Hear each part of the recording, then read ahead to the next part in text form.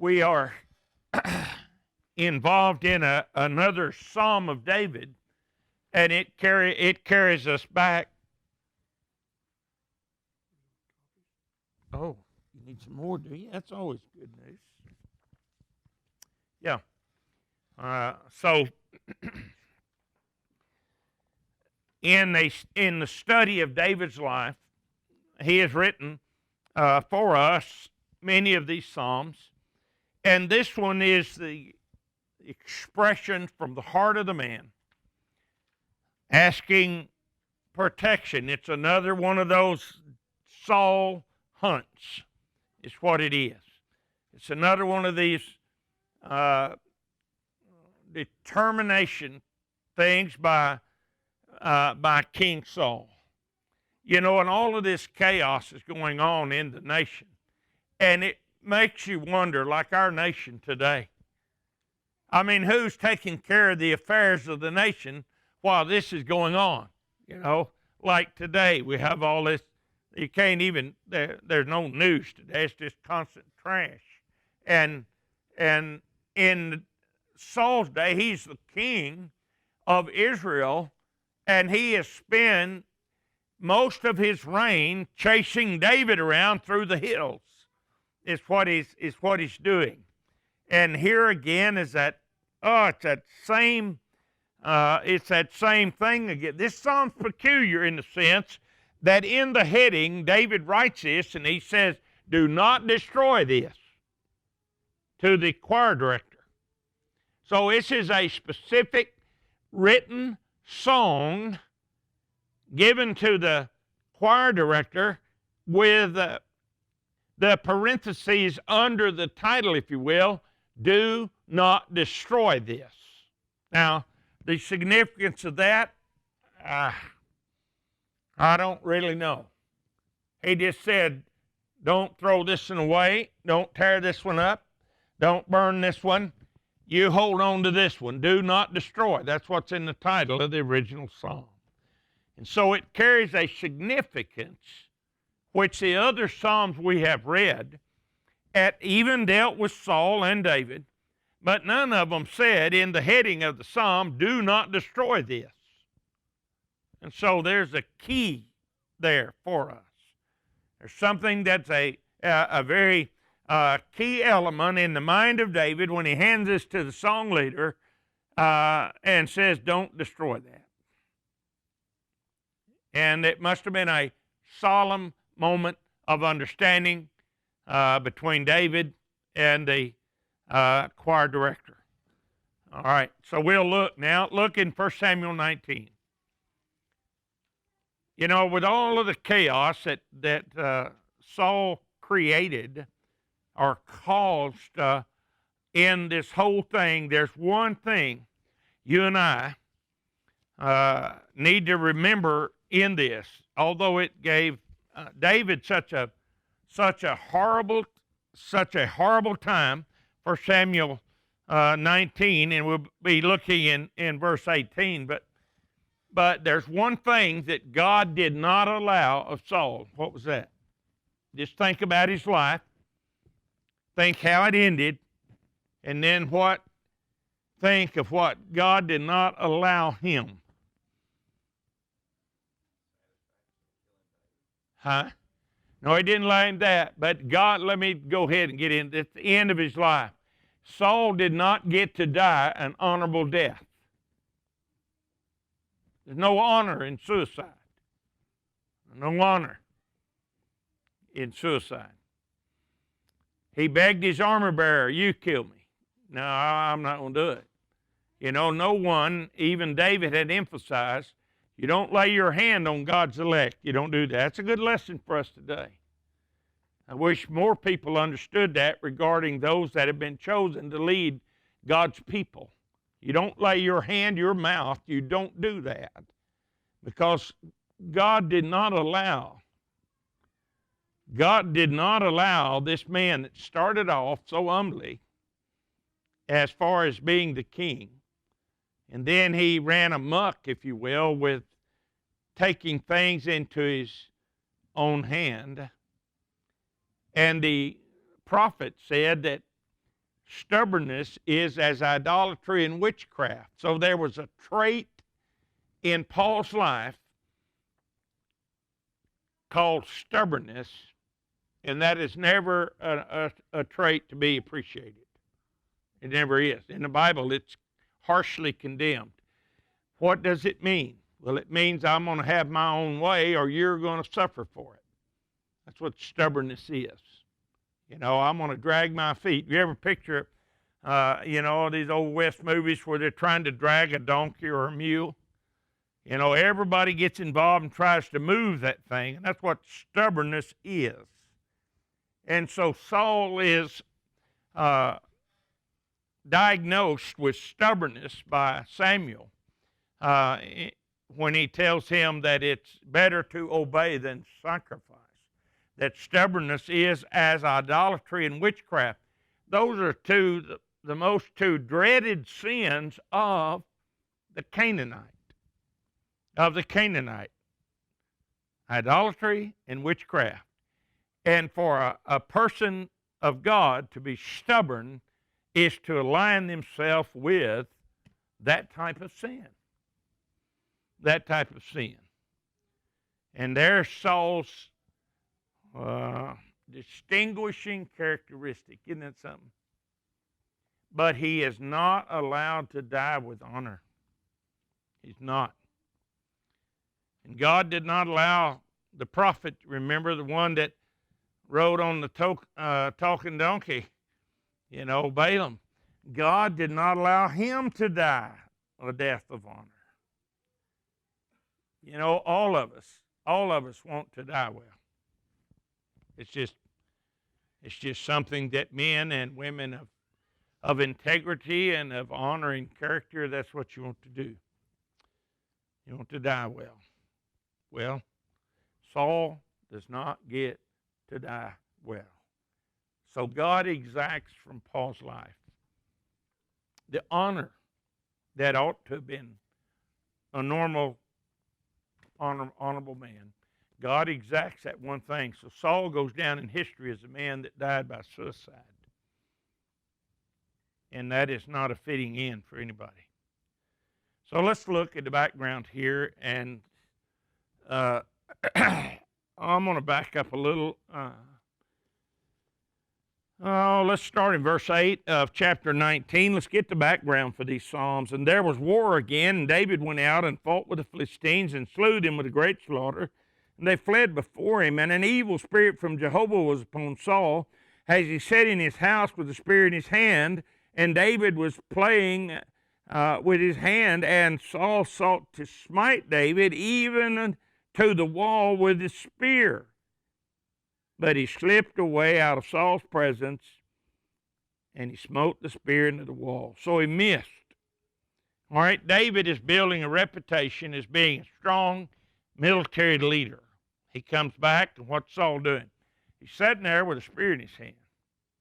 Now, he's the king of Israel. Don't you have something to do besides sit around with a spear in your hand? That's that stubbornness showing up. He is not going to let it go. And he throws that spear, and David escapes. And Saul sent messengers unto David's house to watch him and to slay him in the morning. And Michal, David's wife, told him, saying, If thou save not thy life tonight, tomorrow thou wilt be slain. So Michal let David down through the window, and he went and fled and escaped. So she risked her life, saving his life, and they have put, if you will, sentries around his house, and they're looking for him. Saul is for one thing, and that is one of these soldiers, hand-picked soldiers of Israel, is to kill him. All right?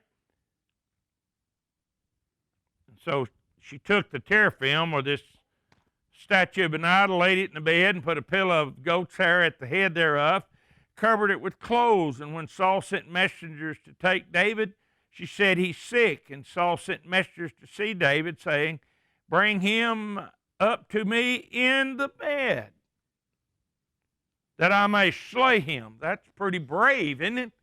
That's pretty brave to kill somebody in a sick bed. There's no honor in this man's death. There's no honor. There's no honor in his. Here's one of the bravest men. He was chosen to lead Israel, head and shoulders above the rest. From the tribe of Benjamin. That's the first force fighting men of all of Israel. They're the first landed. They're the first ones. And he has resorted to killing a man in his bed. I want you to get this background. Get it right down where you live. And see, this is the kind of stubbornness and tenacity of David's enemy. That'll help you understand. And then in verse 18, now David fled and escaped and came to Samuel to Ramah and told him all that Saul had done. And he said, and Samuel went in and dwelt in Naioth. And it was told Saul, saying, behold, David is at Naioth in Ramah. And Saul sent messengers to take David. And when they saw the company of the prophets prophesying and Samuel standing his head over them, the Spirit of God came upon the messengers of Saul.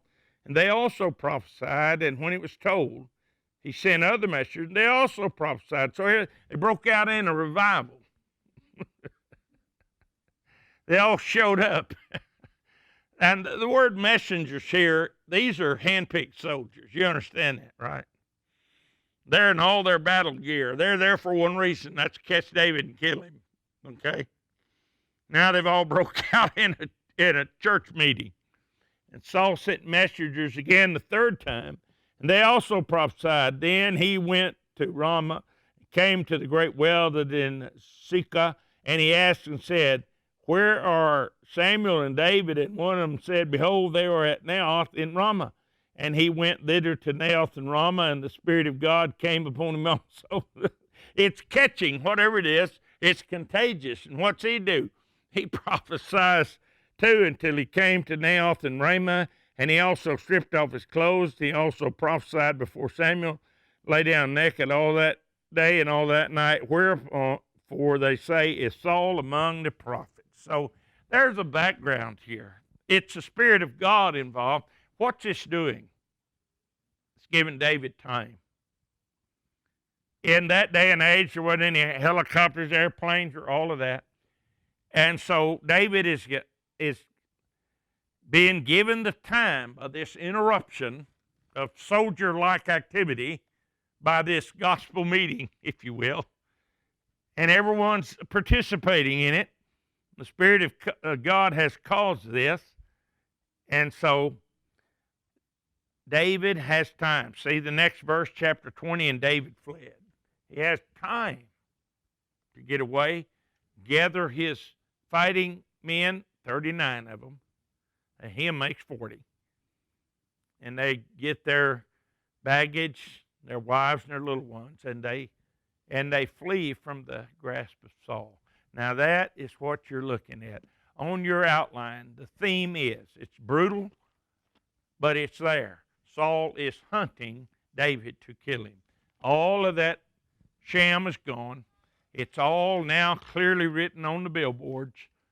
And the whole nation now is aware of the fact that their king has quit governing, that their king has quit leading the nation, and that he is on a quest for one thing, it's to kill their hero.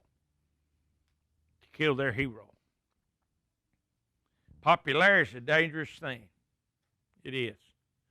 Popularity is dangerous. It's dangerous to preachers. It's dangerous to young women. It's a dangerous thing. You have to be careful with it because popularity can create enemies that you wouldn't think it would ever be your enemy, but popularity can be a dangerous thing. It can be a dangerous thing. This is after the anointing, isn't it? Yeah. Mm-hmm. Yeah. Mm-hmm. So you have a prayer. Let's go back to this outline. I did such a good job typing it, I'd like to use it. At the top of the page, the prayer of an innocent man unto God. God's empowered him to do what he's done. Everybody knows that. And he is on the run against unprincipled foes. Saul's counselors are involved in this. And you have Saul's accusations in chapter 18 and verse 14. And you have all of these accusations brought against Saul because of one thing: popularity. Popularity. So let's read the psalm. Deliver me from mine enemies, O my God. Set me on high from them that rise up against me. Deliver me from the workers of iniquity, and save me from the bloodthirsty men. For look, or lo, they lie in wait for my soul. You know, they watched his house. They set ambushes. They set up snare points. They set up traps for him. They're trying to catch him. The mighty gather themselves together against me. These are not boys. These are fighting men after him. Not for my transgressions, nor for my sin, O Jehovah, or Lord. They run and prepare themselves without my fault. Awake thou to help me, and even behold, he's saying, look what's going on here. Well, God was looking, and as I said, Saul died without honor. God exacted that from him before he would ever meet the Lord in judgment. God allowed him no honor in that. They run and prepare themselves. They run to do this. You know, running is usually from three things. Number one, it's a training activity that you can, run. Conditioning activity. Number two, it is for hurry to get from one place to the other, because you can beat your rate of time by running. Actually, you can cut it in half. Normally, that's why it's called double time. In the military, it's called double time, because it cuts your time frame down in half running, because you do twice the steps when you're running, okay? That's the second thing. You got training, and you've got the time factor between point A and point B. And then you have, that's a certain hurry up to get something done, and that's the way it's used here. And the third thing is running is a fear reaction. All of us have it. All of us have it. A mouse has it. A grizzly bear has it. And you and I have it. It's a fear reaction. We run, And when something scares us, that's what we do. It's built into our system, and we run because that's that time element again. And it quickly gets away from the scene of danger. That's why we run instead of just idle away, So here, in this word run, they are running and preparing themselves. So they're cutting down on the time. They're anxious to get on with this. That is such a sad refrain.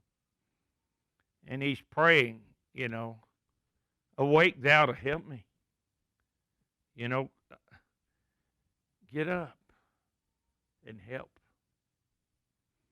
Even thou, O Jehovah, God of hosts, the God of Israel. And that is such a powerful word there.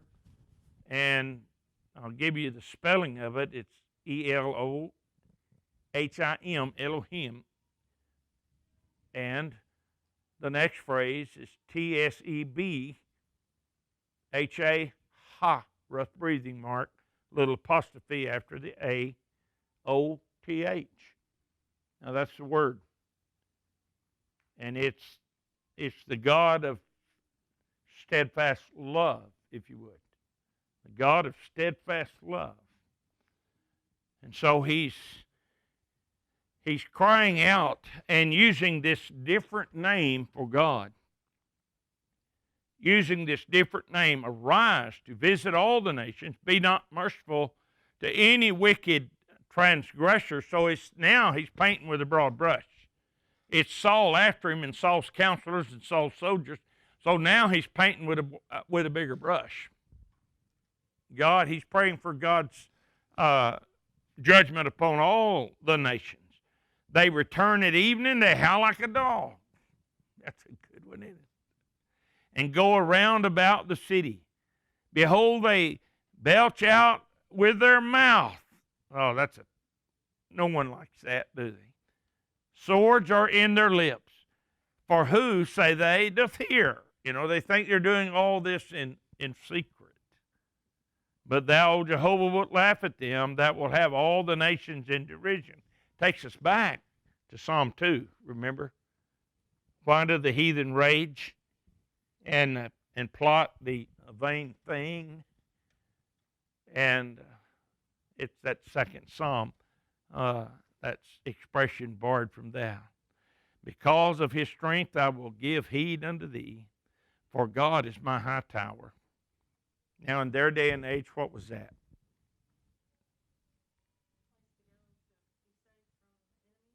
Okay, yeah. They build these towers. You see it in these old castles. They build them towers, and then they would lay in provisions and water and that thing. And then here comes an attacking army, and they cannot, of course, gain entrance into the tower. They set up a siege. They sit there for till they run out of provisions and all that, and then the army goes away because, they can't take that tower. Well, that worked fine in the days with swords and hammers and, bows and arrows and spears. But a tower like that today is just they built the Siegfried line in World War II, remember? It took Germany all of 30 seconds to get across it. It didn't take them at all to get across those barriers and all those things that they had built out of concrete and iron and steel and all that, and Germany just ran right across it in about 30 seconds. And everybody was relying on the Siegfried line. That'd hold Germany back from France. It didn't.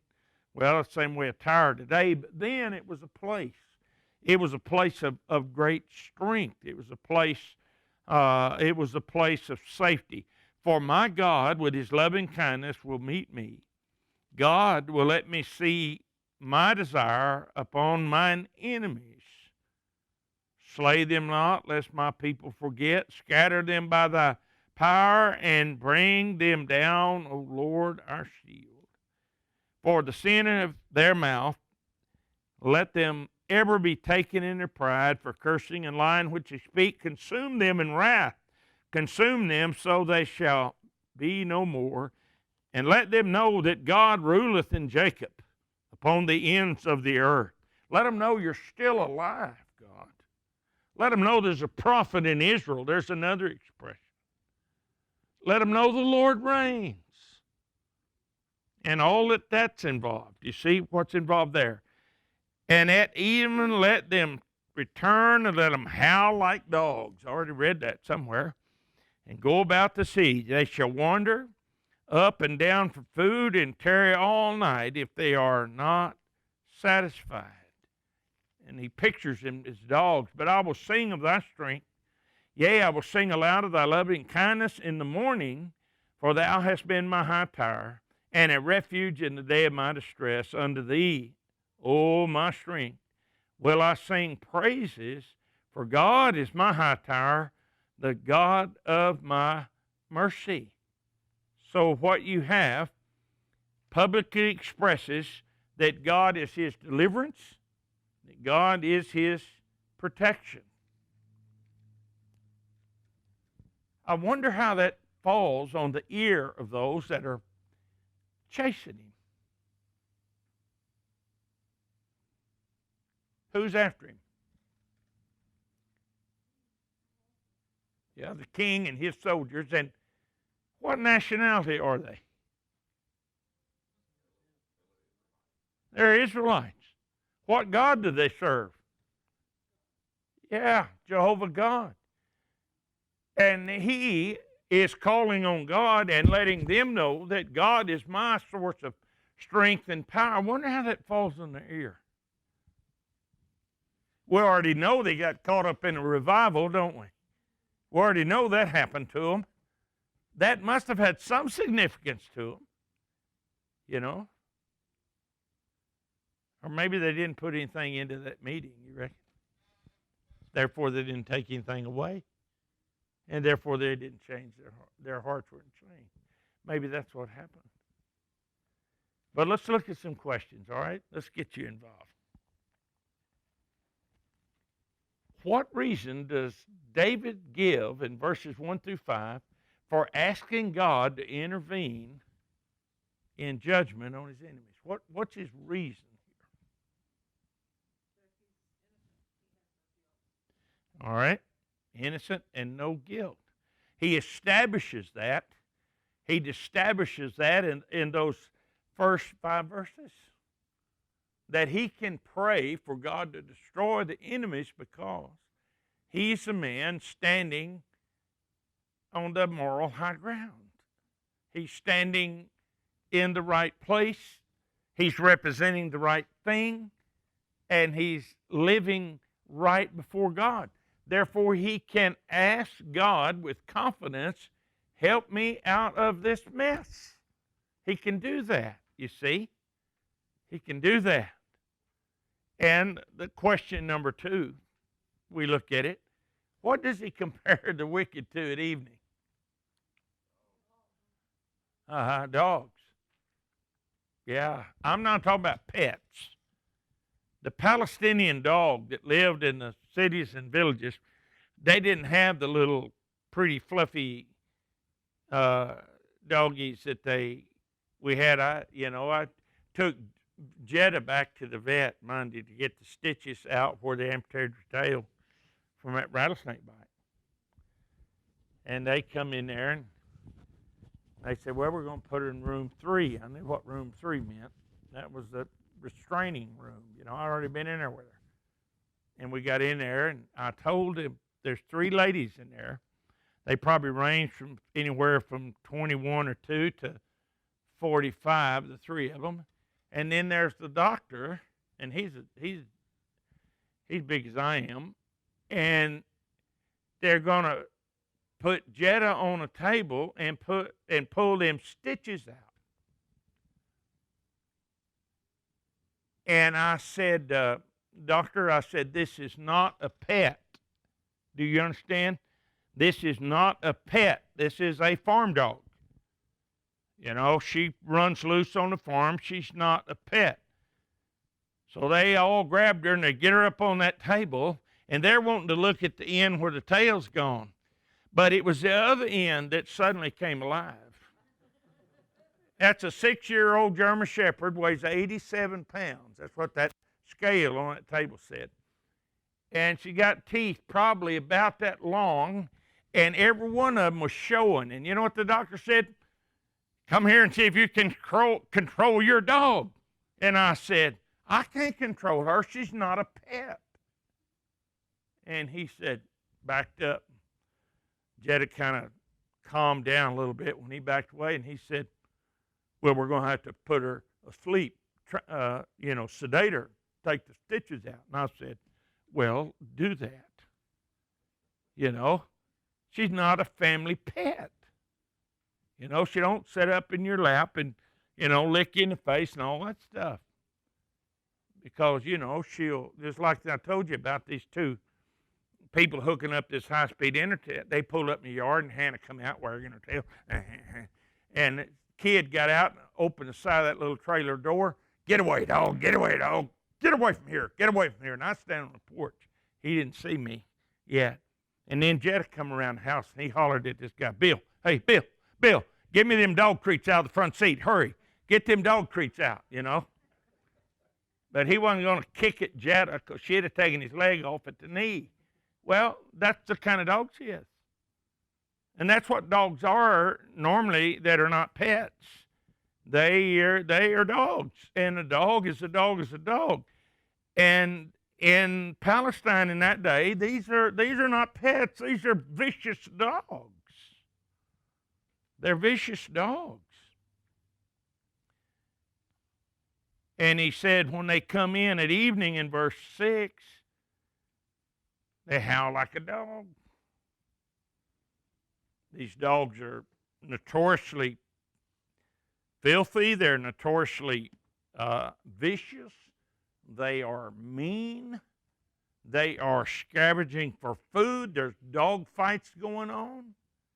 They're not a pretty thing to look at all. They're just a scrungy, mangy, old, vicious animal that can hurt you bad.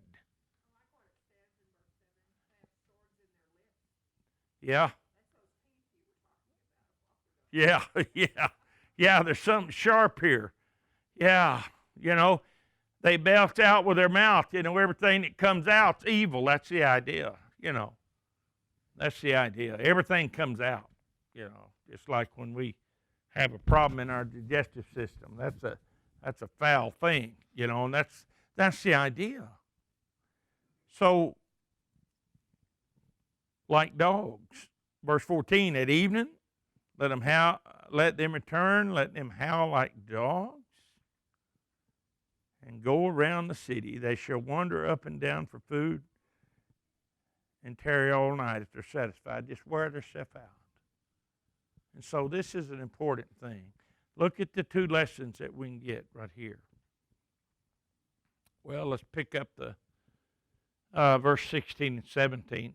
This is the God's care through the night. I don't want to miss that. That's important for us. But David is a fella that he's got the hide on. This is not a milksop, crochetty boot type guy. This is not him at all. He is notoriously a tremendous fighter. He is known in the Bible as a man of blood. He's a fighter, first-class soldier. But I will sing of thy strength, yea, I will sing aloud of thy loving kindness in the morning, for thou hast been my high tower. In contrast to the dogs howling at night, when the day comes, I'm going to sing. Unto thee, O my strength, will I sing praises, for God is my high tower, the God of my mercy. So he's praising God for this redemption. This psalm, as I said earlier, has such an impact that it says right in the heading at the top, designated to the attention of the choir director, do not destroy this psalm. It's that important.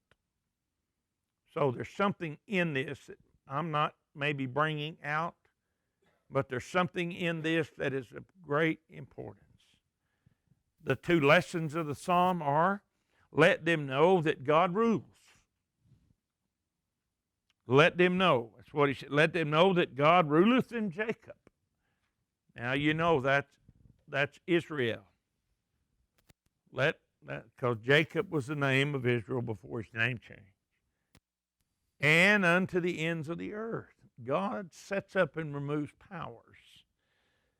As chaotic as our power structure is in this nation today, Mr. Trump is there because God wanted him there. He serves a purpose unique to the will of God. That's why he's there. That's why any king is in office, is because for a reason that suits God's will, that's why he's there. We may not like it, but we understand as Christians that this is God's will in the matter. And that's what the Bible teaches us. And then the second lesson is you can sing in the morning after the danger.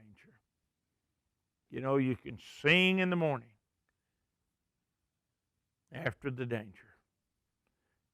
The figures of speech that we've looked at, verse 6, 14, and 15, howl like a dog. A hungry, mangy critter. As Carol brought out, sword in the lip, sharp teeth.